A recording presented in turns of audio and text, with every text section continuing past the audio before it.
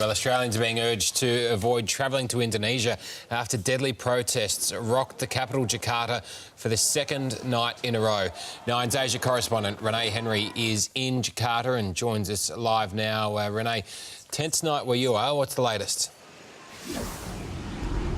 Good morning, Tom. It certainly has been. The violence has escalated in this second night of mayhem.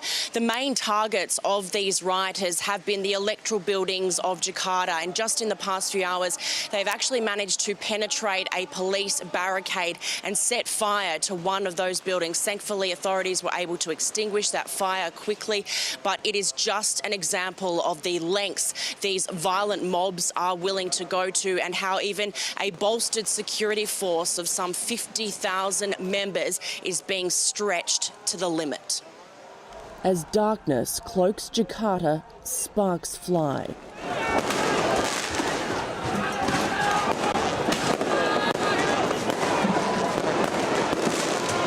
Flares light up the sky as angry protesters continue their rampage.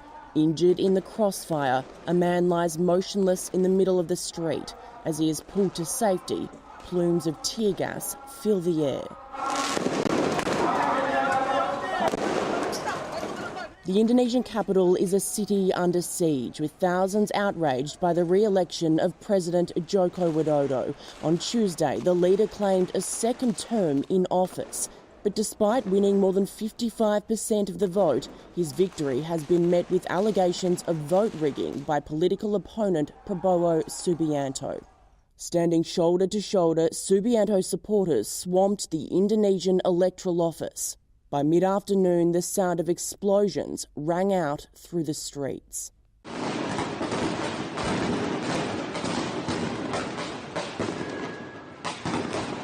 The first night of riots alone left 6 people dead and more than 200 wounded. Figures likely to rise this morning following another night of mayhem, and the violent protests expected to continue.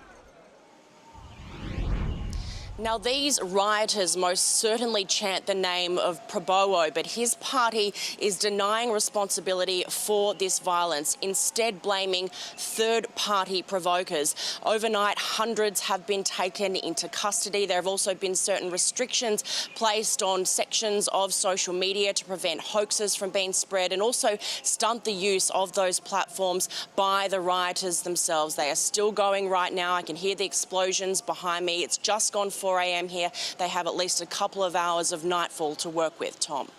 All right, Renee Henry live there from Jakarta.